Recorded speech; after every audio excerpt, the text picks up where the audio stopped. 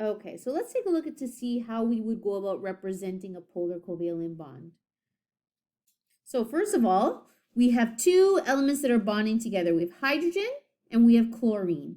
So the first thing you'd want to do is take a look to see what their electronegativity numbers are. So chlorine we can see is 3.16. So we have 3.16 for chlorine. And hydrogen, I believe, is 2.2, but let's just confirm that. So hydrogen up here, yes, 2.2. Okay, so we have 2.20. Okay, so we have a bond. We have two nonmetals, so we know that they are sharing, but we're not sure if it's equal or unequal yet. So let's look at the difference in electronegativity. So we do 3.16 minus 2.20. So the difference between the two, if you calculate this out, is 0.96, right? So you go back to your range. So that falls within the 0.4 to 1.7 range. So that tells us that the electrons that are being shown here on this Lewis structure that are being shared unequally. This is a polar covalent bond.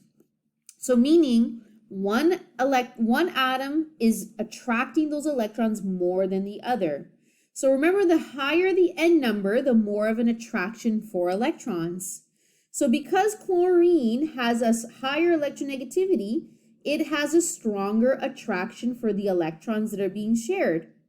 So what ends up happening is the electrons that are shared here will spend more time hanging around chlorine than they will around hydrogen. So even though they are still being shared, it's just being shared unequally. So whenever you have a polar covalent bond, there are things that we have to do to actually show that. So we're going to add in what's called a dipole. So a dipole is an arrow that we're going to use to point to where the electrons are attracted. So the arrow points to the element with the higher electronegativity value. This tail end here will basically be at the location where the electrons are not attracted to. So in this case, for hydrogen and chlorine, we would draw our dipole exactly like this. So the other way we can do this, so there's two ways you can show it. You can show it with a dipole, or you can show it with what are called delta symbols. Okay, so the symbol for a delta almost looks like a curvy S. Okay, so you have to remember, so imagine we don't have the dipole here. We have these curvy S's instead. They're called delta symbols. Now what we have to do is we are going to have to add on a charge. So what we're doing here is we're going to show that where the electrons are attracted is going to have a slight negative charge. So you have to imagine the electrons are hanging out around chlorine more. So what's causing that to happen, remember electrons have a negative charge, is the chlorine is going to have a slight negative charge. Not quite fully negative, it's not an ion, but the electrons are just simply here more of the time. The hydrogen atom is where the electrons are not really hanging out. So there's like a lack of electrons on the hydrogen. So we would put a slightly positive symbol. Okay, so what that means is it's not positively charged, it's not an ion, but the electrons are not really hanging out in the on the hydrogen. So the electrons are not really there. So there's a lack of electrons. So those are called delta symbols. So when you're showing a polar covalent bond, you have to actually indicate that.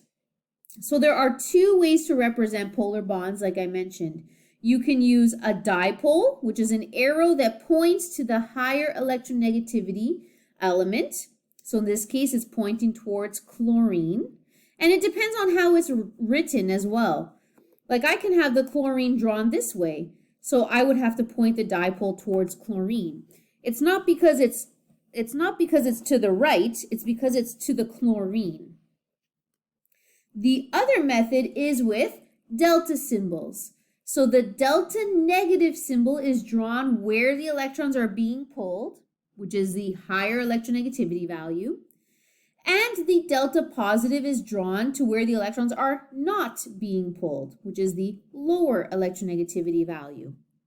Or when you're showing this, sometimes you'll see this, and I'll probably do it at some point, or you could do both. So meaning you have the dipole arrow plus the delta symbols. You really only need to draw one, but I happen to do both, okay? So when does this happen? When do we have these dipoles, right? We're just showing the polar covalent bond here. And again, how do we know we have a polar covalent bond? Let's go back. It's based on the range for the difference in electronegativity between elements.